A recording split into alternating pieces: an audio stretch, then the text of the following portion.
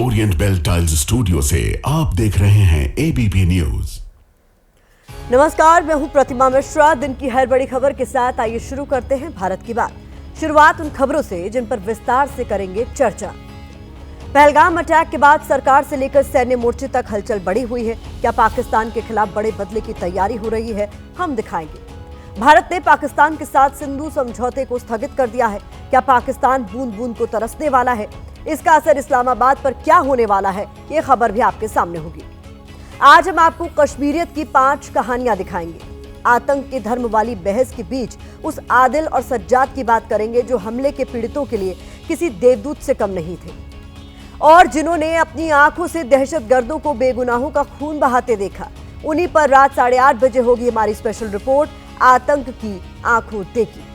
तो भारत की बात की शुरुआत करते हैं और सबसे पहले बात पहलगाम अटैक के बाद दिल्ली से लेकर इस्लामाबाद तक तेजी से बढ़ रही हलचल की करेंगे। यह हलचल कूटनीतिक है, सामरिक है और आर्थिक भी है। इस हलचल के केंद्र में वो फैसले हैं जो भारत और पाकिस्तान दोनों तरफ से लिए जा रहे हैं। केंद्र सरकार की तरफ से पाकिस्तान के खिलाफ कुछ बड़ा करने के संकेत मिल रहे हैं, तो पाकिस्तानी प्रधानमंत्री शहबाज शरीफ की तरफ से भी आज गीदड़ भभकी दिखाने की कोशिश की गई। भारत पे अटैक के बाद कैबिनेट कमेटी ऑन सिक्योरिटी की बैठक हुई, तो पाकिस्तान ने जवाब में नेशनल सिक्योरिटी कमेटी की बैठक की। भारत ने पाकिस्तान के साथ सिंधु समझौता स्थगित किया, तो पाकिस्तान ने शिमला समझौते पर रोक लगाने की खोखली धमकी दी है। भारत ने अटारी बॉर्डर बंद करने का फैसला लिया, तो शहबाज सरकार ने वाघा बॉर्डर बंद कर दिया। भारत ने 27 अप्रैल तक सामान्य पाकिस्तानी नागरिकों और 29 अप्रैल तक मेडिकल वीजा पर भारत आए पाकिस्तानी नागरिकों को देश छोड़ने का आदेश दिया है, तो वहीं पाकिस्तान सरकार ने 30 अप्रैल तक वहां मौजूद सभी भारतीयों को वापस जाने का आदेश दे दिया है। भारत ने दिल्ली में पाक उच्चायुक्त से सैन्य सलाहकारों को वापस जाने का आदेश दिया, तो पाकिस्तान ने भारतीय विमानों के लिए एयर स्पेस बंद कर दिया। पाकिस्तान ने अरब सागर में फायरिंग ड्रिल की, तो भारत ने अपने युद्धपोत INS विक्रांत को अरब सागर में उतार दिया। दरअसल पाकिस्तान के डर के पीछे प्रधानमंत्री मोदी की वो चेतावनी है जो आज उन्होंने बिहार में बोलते हुए पाकिस्तान और उसके आतंकियों को दी है। पीएम मोदी के बयान से पाकिस्तान के खिलाफ एक निर्णायक एक्शन के संकेत मिल रहे हैं। पीएम मोदी आज वैसे तो बुद्ध की धरती बिहार में थे, लेकिन बुद्ध की धरती से उन्होंने कायराना करतूत करने वाले पाकिस्तान की बर्बादी की लकीर खींच दी। पहले आप पीएम मोदी का बयान सुनिए, इसके बाद इस बयान के मायने आपको समझाएंगे। उसको गोली मार दी। हम बचा देंगे, कोई बात नहीं। Please ask for help, we don't okay, don't worry, don't worry.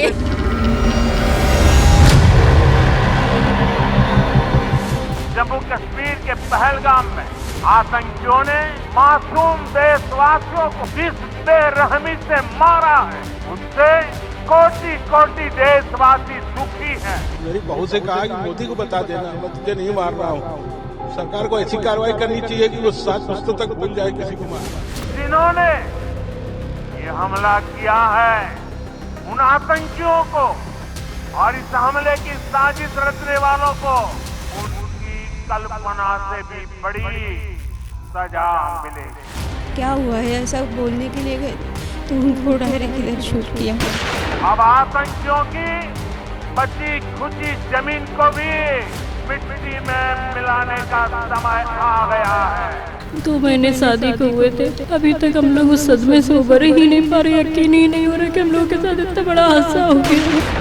140 crore भारतीयों की इच्छा शक्ति अब आतंक के आकाओं की कमर तोड़ कर रहेगी।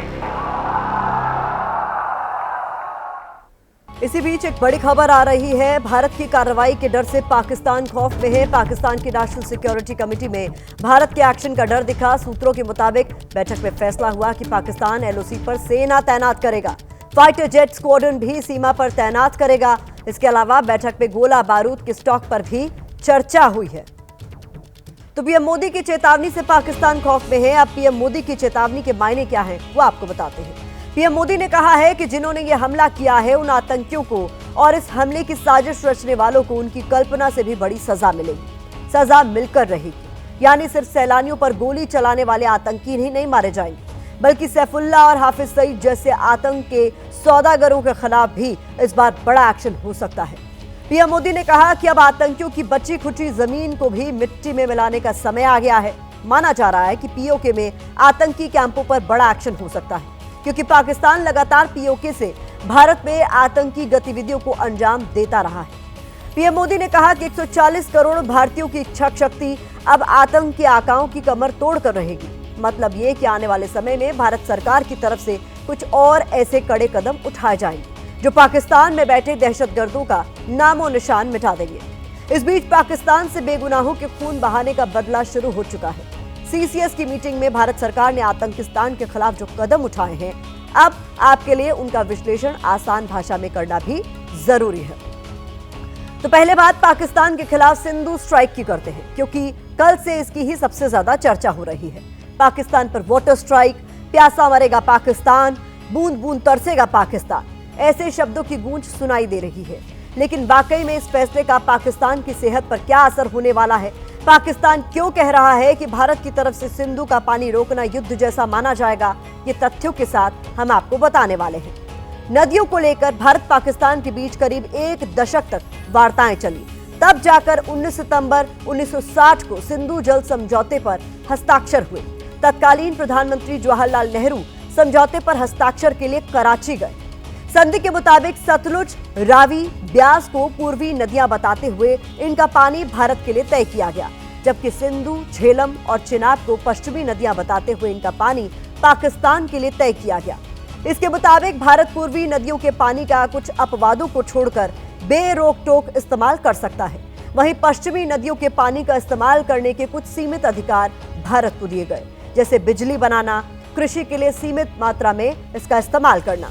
इसके अलावा इस समझौते में कुछ और बड़ी बातें शामिल हैं। वो क्या है, उसके लिए हमारी ये रिपोर्ट देखिए।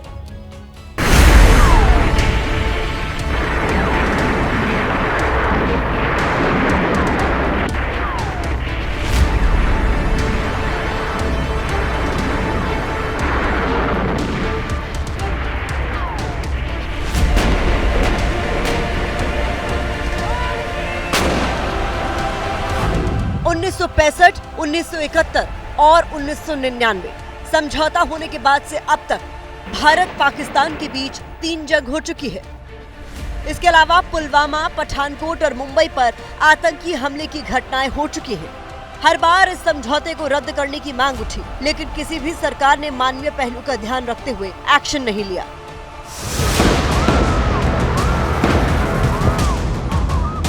अब पहलगाम में जिस तरह से पाकिस्तान परस्त आतंकियों ने 26 बेगुनाह पर्यटकों का खून बहाया है, भारत सरकार ने समझौते को स्थगित कर दिया।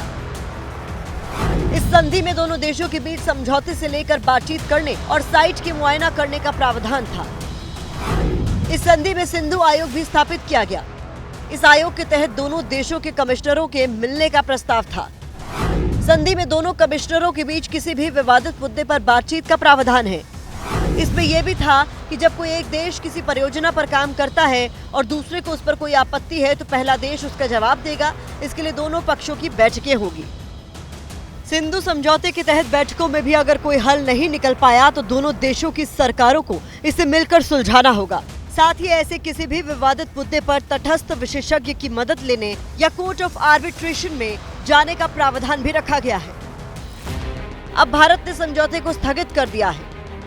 ऐसे में भारत के पास सिंधु समझौते की नदियों के पानी का इस्तेमाल करने के विकल्प खुले हैं। भारत पाकिस्तान के साथ नदियों के पानी के बहाव का डेटा शेयर करने पर रोक लगा सकता है। भारत समझौते की पश्चिमी नदियों सिंधु, झेलम और चिनाब के पानी का स्टोरेज बना सकता है। भारत जम्मू और कश्मीर में बन रहे 2 हाइड्रो इलेक्ट्रिक प्रोजेक्ट्स पर पाकिस्तानी अधिकारियों की विजिट रोक सकता है। हालांकि विशेषज्ञों का मानना है कि तुरंत इस फैसले का पाकिस्तान में पानी के फ्लो पर कोई असर नहीं होने वाला, क्योंकि भारत के पास फिलहाल पानी के बहाव को रोकने और डाइवर्ट करने के लिए इंफ्रास्ट्रक्चर नहीं है। तो चाहे फौरी तौर पर इतना ज़्यादा प्रभाव नहीं पड़े, और ज़्यादा इसका प्रभाव सर्दी के महीनों में होगा, क्योंकि सर्दी के महीनों में इन नदियों में पानी कम होता है। दूसरी तरफ कुछ एक्सपर्ट्स ऐसे भी हैं जिनका ये मानना है कि सिंधु जल समझौता स्थगित होने से पाकिस्तान में पानी का संकट होगा। पाकिस्तान में पानी की आपूर्ति, फसलों की सिंचाई और बिजली उत्पादन बाधित हो सकती है, क्योंकि पाकिस्तान की 80% खेती लायक भूमि की सिंचाई सिंधु के पानी से ही होती है। पाकिस्तान की अर्थव्यवस्था, पाकिस्तान की बिजली और पाकिस्तान की जो आर्थिक ख़ासतौर पर कृषि की स्थिति है वो सिंधु नदी और उसकी सहायक नदियों से बहुत प्रभावित होती है। तो इससे इसके दूरगामी परिणाम होंगे वो मनोवैज्ञानिक और भौतिक दोनों स्तरों पर। फिलहाल इस फैसले में असर से ज्यादा मैसेजिंग है। भारत ने इसके जरिए सख्त संदेश देने की कोशिश की है कि आतंक के खिलाफ वो कड़े से कड़े कदम उठाने से भी पीछे नहीं हटेगा। भारत ने सिंधु संधि को स्थगित किया तो पाकिस्तान की तरफ से शिमला समझौते पर रोक लगाने की धमकी दी जा रही है। भारत के जवाबी एक्शन की आहट से शहबाज सरकार बुरी तरह घबराई हुई है और भारत को गीदड़ भभकी दे रही है। पाकिस्तान के पीएम शहबाज शरीफ शायद वो दिन भूल गए हैं जब 1971 में पाकिस्तान ने भारत के सामने घुटने टेक दिए थे। 93,000 पाकिस्तानी सैनिकों ने भारतीय फौज के आगे सरेंडर किया था। इसके बाद ही तत्कालीन पाकिस्तानी राष्ट्रपति जुल्फिकार अली भुट्टो ने तत्कालीन भारतीय प्रधानमंत्री इंदिरा गांधी के साथ शिमला समझौते पर हस्ताक्षर किए थे। इसे शिमला समझौता या शिमला अकॉर्ड के तौर पर भी जाना जाता है। इस समझौते के तहत दोनों देशों के बीच क्या सहमति बनी थी वो आपको बताते हैं। इस समझौते के तहत दोनों देशों के बीच द्विपक्षीय वार्ता के तहत कश्मीर मुद्दे का हल निकालने पर सहमति बनी थी। शिमला समझौते के तहत दोनों देशों के बीच लाइन ऑफ कंट्रोल LOC निर्धारित की गई थी। समझौते के तहत दोनों देशों के बीच सहमति बनी थी कि LOC का उल्लंघन नहीं किया जाएगा। हालांकि पाकिस्तान लगातार इस समझौते का उल्लंघन करता रहा है। वो UN से लेकर सार्क के अंतर्राष्ट्रीय मंच तक कश्मीर में मानवाधिकारों का मुद्दा उठाता रहा है।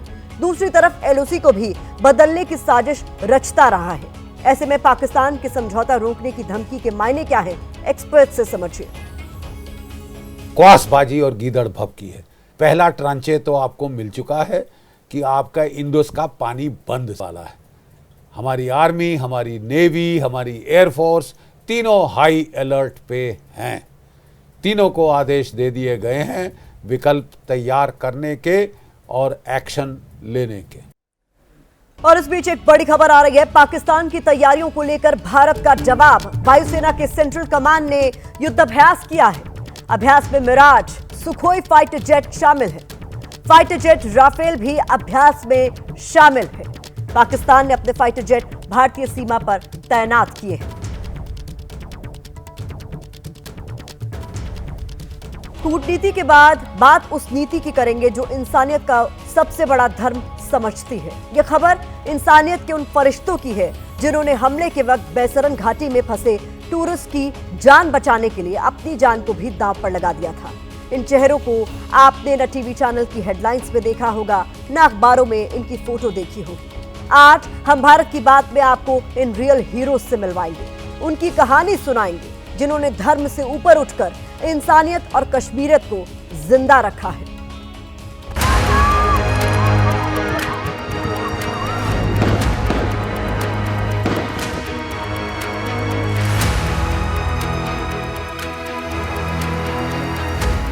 ये आंसू तो सूख जाएंगे, लेकिन उस दर्द का क्या जो अब जिंदगी भर सोते जागते हर पहर परेशान करेगा। अनुष्का मोने ने अपनी आंखों के सामने आतंकियों की गोली से अपने पति और जीजा की मौत देखी है। हमले के वक्त अनुष्का मोने बैसरन घाटी में थी। परिवार वाले साथ थे, लेकिन कुछ सेकंड में ही आतंकियों ने घाटी की हरी घास पर लहू के छींटे फैला दिए। एक आदमी के वजह से उधर के लोग जो थे वो भी तो मुसलमान थे, लेकिन उन्होंने भी हमें बहुत हेल्प की थी। वो एक आदमी की वजह से सबको भी उन लोगों को भी परेशानी हुई थी। मतलब उनको भी शक कर रहे थे, उनको भी बुरा लग रहा था। हमारे सामने देखा हमने, वो हमें हेल्प भी कर रहे थे। उन लोगों की वजह से उनको तो इतना ऐसा मार देना चाहिए था ना, चाहिए कि फिर किसी की हिम्मत नहीं होनी चाहिए ऐसे करने की। मोने परिवार की जिंदगी में अंधेरा छा गया है, लेकिन हिम्मत नहीं हारी है। अभी भी कह रहे हैं कि जम्मू कश्मीर जाइए, आतंक से डरना नहीं बल्कि लड़ना जरूरी है। हमारा कश्मीर का पर्यटन नहीं रुकना चाहिए, ये मेरा देशवासियों से एक आह्वान है। आपको डराने की कोशिश करें, लेकिन हम डरे नहीं। डरना नहीं चाहिए, क्योंकि जो कश्मीर में रहने वाले हैं, कल मैं गया था श्रीनगर, उधर भी कई लोगों से मेरा बात हुआ था, तो वो भी बोले कि ये सब कुछ जो चल रहा है वो हमें सब मालूम है, बट कुछ बोल नहीं सकते।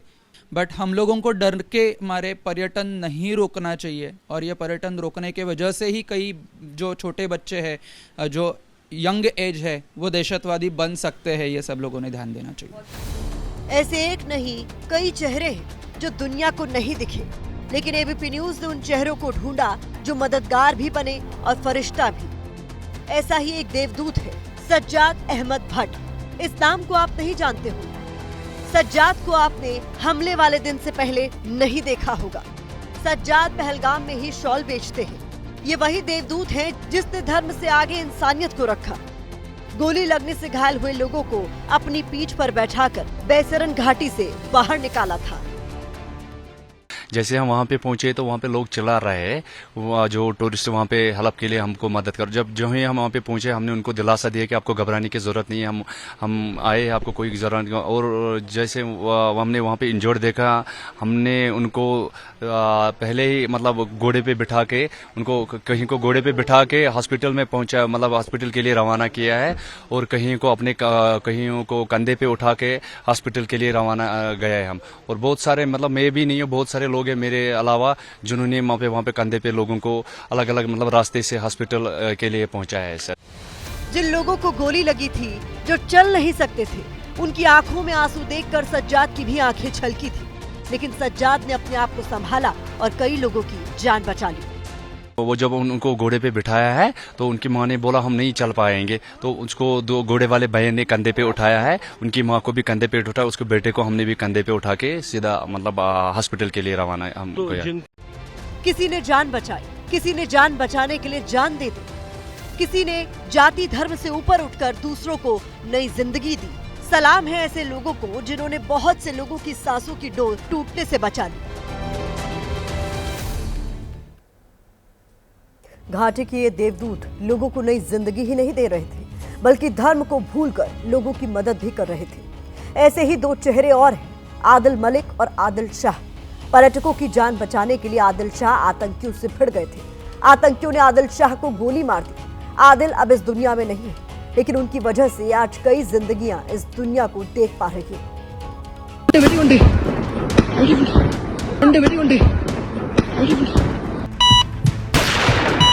शायद मुस्लिम नहीं है, उसने उसको गोली मार दी। बोला कि शायद मुस्लिम नहीं है, उसने उसको गोली मार दी।